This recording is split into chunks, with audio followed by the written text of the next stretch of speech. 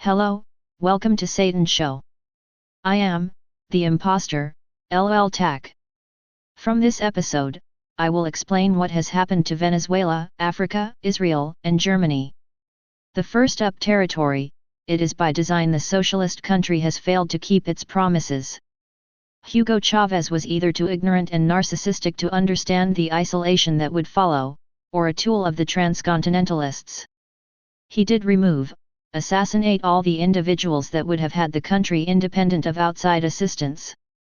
The people shown and educated in mining the steel for the foundries that molded the parts for tractors, trains, and railway rails well before this party's 17-year-long planned collapse. The transcontinentalists saw that Venezuela was beginning to show signs of a pending violent change of power. The people knew that the only way out for them was an expulsion of all elected officials and a new government formed from the honest peasant corporation exploited serfs. They found a self-centered egotistical native willing to sell out his own mother for real power, Hugo Chavez. This ill-minded sycophant then whisked up the faux political apparatus, the back stairwell to the top of the fake opposition's platform. Swept into control, he looted and neglected the condition of the country's future, therefore its citizens. He understood the ignorance not able to overcome the difficult roads that faced the population, requiring them to transverse before even having a chance to uncover what he was doing for the transcontinentalists' upcoming agendas. Chavez closed down and did not invest anything in infrastructure and real engineering higher learning institutions. No governmental companies conducting necessary businesses intended to increase output and minimize bottlenecks, bringing the product from producer to market. President Nicolas Maduro has carried on these counterproductive policies at the expense of the citizens to make himself and his cronies very wealthy. Chavez could blame ignorance and lack of experience. Maduro cannot attribute those excuses to the continuing calamity, a lack of substance in his educational background. He did not grow nutritious food harvested by more machines than men, freeing the people for inventive labor and productive education. Because he possessed time to learn how to steer the country in a feasible way, not referring to what the new scientific religions, climate change, sustainable development. Maduro's inaction and misdirection has fooled the Venezuelan people into believing they are not to become serious victims of his own hands-intended misdirection, continuing the country's worsening conditions. For the people to succeed, they must cooperate with each other to understand the actions to remedy their problem. Someone is collecting a whole lot of money for their country's oil. Even though gasoline is in a glut, plastics, textiles, styrofoam, roofing tar, and quite a few more products such as the like are not. Also timber and other natural resources currently and increasingly raped from the southern hemisphere's territories while the population struggles to feed itself. Distracted from what the fruits of the ruling political party has reaped since it duped the people in 1999. No one of sound judgment would live like a king while the people around him starve. Maduro is not wasting away worrying about his beloved kinsman. He does not seek meaningful answers from his neighbor who has endured decades of isolation from the transcontinentalists on the surface, Cuba. Everything he does is correct in destroying and enslaving the population, taking his supposed fellow compatriots down the road that leads towards a Haitian future. Once completed, each individual will be under an enormous amount of state debt from the borrowing happening between the government and the IMF/Federal Reserve Washington, D.C. World Bank owned by Great Britain. If able to break free of their nationalism state-run programming, the people will see they only have themselves to help. Ignore the incorrect propaganda broadcasted to waste their daily energy. Turn off and stop reading anything that does not instruct on how to mine, forge, build, and utilize important implements for your posterity. Too many examples coherently documented on what to do, and what not to do, once a population has gained its independence. Because of the late movement for real autonomy occurred in the end of the last millennium. The short time span shows it is by design this one has failed. It will grow to unreasonable extremes if the people do not work together without the interference of their corrupt transcontinentalists' government. They want the living conditions so bad the citizens of South America will flood into the United States, just as they have with the Muslims unable to live in the death zones of the Levant, Greater Ancient Israel, in the Middle East. Each European and American republics enjoying the hostilities the Israelis have to flame hatred for our fellow human beings. The next up territory, the British experiment commencing in 1917 to this modern day went well. They found out if you remove honest Americans and Europeans from their homelands and place them in a small part of the Levant, Palestine would become a war zone and good people turned into monsters. It will not take 2 or 3 generations before Westerners hate terrorized people escaping atrocities beyond battle barbarisms conducted in the Middle East. The Christian spirit has nearly been eradicated, thus compassion and understanding. What remains are the abominations of the cults of Judaism, Catholics, and Muslims. Ask yourself, what race has all the races in its ancestry? What race can you convert to for your skin to become a different color? A white man wants to be seen the rest of his life as an African American, so magically he becomes black overnight in his sleep. If you answer none, you are anti-Semitic, therefore a racist against Jews, a bigot, and a Holocaust misanthropist. To stop this diversion tactic, tell them they are Israeli American or Israelite, not a Jewish cult member. A derogatory name for an individual who will cheat a person out of his or her life savings and steal the pacifier out of a baby's mouth, what we all thought is a Jew, not a real race that currently exist. Only cultists follow the Jewishness of the Judaic faith, not Israelis, an Israelite human that is a member of a race, not a cultish Jew. The camouflage used as a chameleon to hide in plain sight, just as the Catholics and Muslims do throughout their jurisdiction. In all, it is just greedy white and brown people playing the middle of the fence as their cousins do, the British transcontinentalists. The word Jew used as an instigator to provide cover for the operation's true intentions. Same as the vulgar idiom nigger, employed as an attack initiator to have humans behaving as dogs. Instantly becoming vicious beasts ready to tear anyone, white or black, apart that does not side with the supposedly insulted African American, running towards their eventual slaughter, being conned into rising up. People understand humans inhale and exhale, silently or form sounds, nothing that could harm anyone of intelligence, believing it to be just hot wind. Israel created to solve a huge global injustice, and it has done just that, what the world necessitated, the homeland for a disenfranchised people, the Israelites. It was horrible what the Bolsheviks did to the Polish Jews because they sided with Germany after seeing the atrocities committed by the murderous Stalin forces.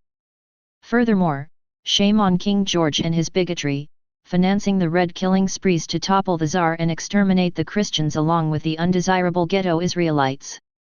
Then again, he and Churchill were surprised when Stalin began building his giant Red Army, going to Hitler for support, halting the Bolsheviks' southern advancement before stabbing him in the back at the end of World War III. They goaded him into invading Poland to build a defense for Europe, there far away from Paris and London.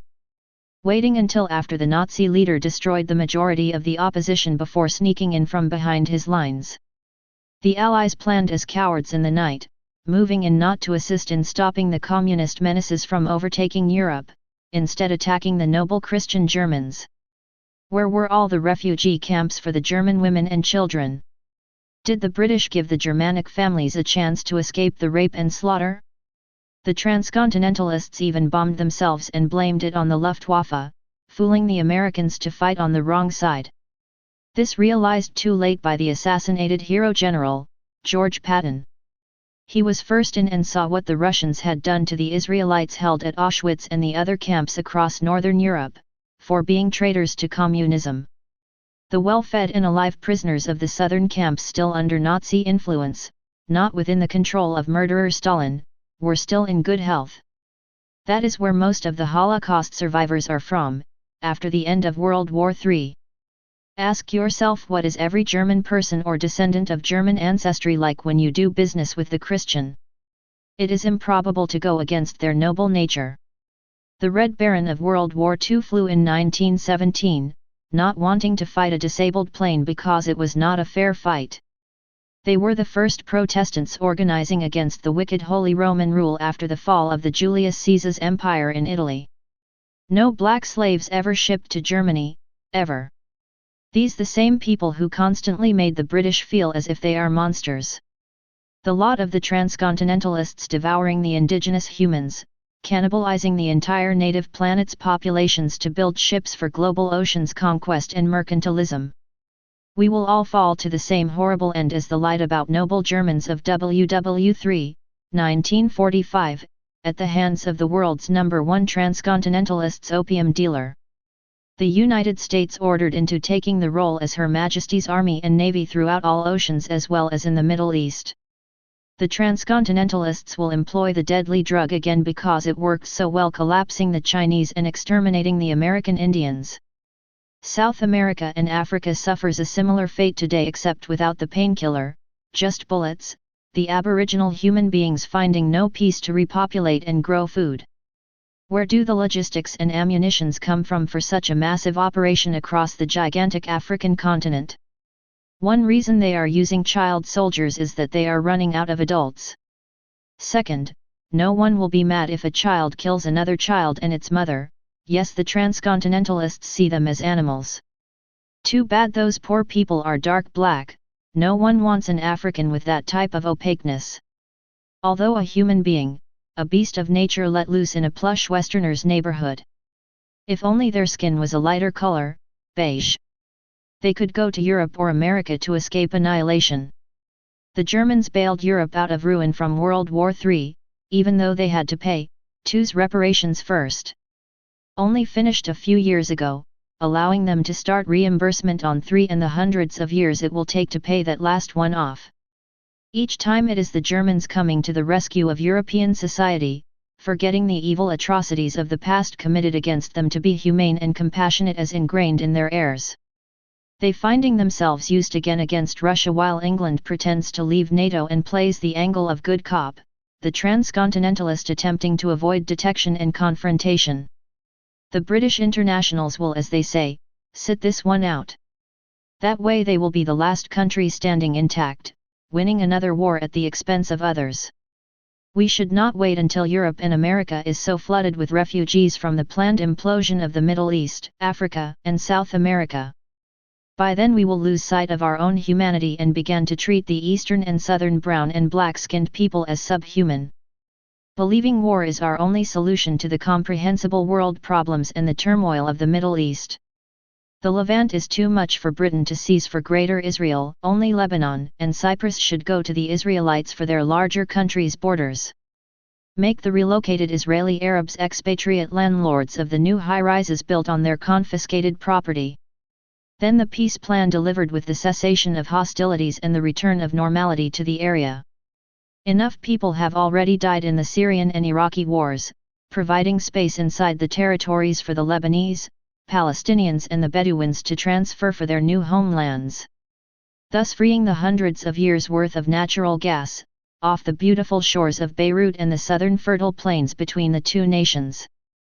The Muslims must halt their madness of trying to stop a tank with a rock from a slingshot. Israel will never go anywhere. It is there to stay because it is the right thing to do for the women and children existing there today, Israelite and Arab. The past does not matter nor a vendetta for a vicious history, we cannot bring the dead back to life. We have to save the living, it must be our only priority. Peace built upon hatred for unification of different ideologies, it is much easier than love. Just tolerate their right to their propagandized mental prisons and cramped personal spaces as you do for yourselves. All of us are stuck somewhere if we cannot afford to travel. Then we could construct the Arabs and Israelites quarters to share their unique kosher, bacon is off-limits insanity. In one extraordinary country, the world would love to visit and watch the sunsets over and far under the brilliant sparkling Mediterranean Sea. Jerusalem would then have the new temple built around the existing Al-Aqsa Mosque and Dome of the Rock. Constructing peninsula entrances and public access to the two separate sacred shrines on the opposite side of the temple's multiple ingresses. The Arabs would control their side and the Israelites on the other, therefore not interfering with each other's worship. Subterranean corridors could connect parts of the superstructure as long as they do not come within 10 meters, running underneath of the dual Islam monuments for foundation integrity. America has room for any Israelites or Arabs not welcomed in the new Middle East. Detroit is in dire need of Saudi currency and Lebanese construction personnel to rebuild the dilapidated buildings for the forthcoming Arab arrivals. This can work if we place all differences aside and move only towards a just future.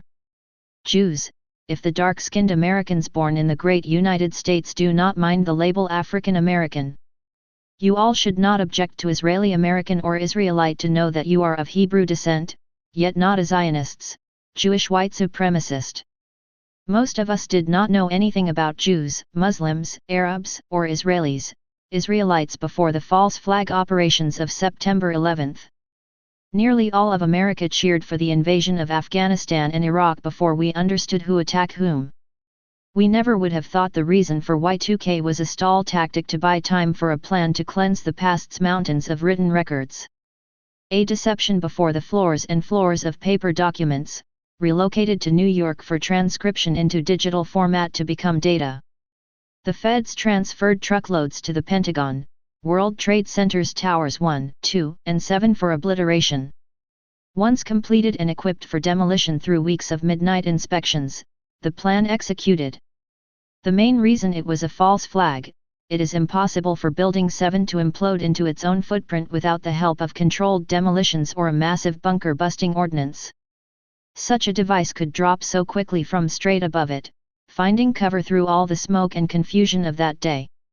Instead of subterranean sand, rock, and concrete below the Iraqi surface, the high-velocity missile would implode a large structure above ground on the Manhattan Island. The transcontinentalists required the United States citizens to go against decency to destabilize Eurasia and Africa. The same as they have ran the last century's extermination of the Central and Southern American Indians. Argentina, Venezuela, and Colombia will all implode to exasperate the global food shortages. All planned as done per century to exterminate the overpopulation of human vermin. Sustainable means to us, the hell with everything that does not make a person's life better, instead of the flora and fauna it will protect to rise above our own lives. The New York Zoological Society and the American Acclimatization Society of 1871 financed the introduction of most invasive species onto the New World. Now the transcontinentalists want us to die for a splendid estate on the Indian-cleared property of the Americas. Wealthy people's pets dwell in luxury while the poor's companions suffer as they do from the inequality of global mercantilism. Make everyone rich so the animals do not have to pay the price anymore. It is not feasible, although the right thing to do for humanity. The Alliance of the Agnostic Church of Relevance and the United States chapter of the Bridge Party for an achievable resolution to the world's troubles of today and tomorrow. The more we practice sound judgment and clear observance, the propagandized slogans become more discernible. Thank you for listening to Satan Show. I am, the imposter, LL Tack.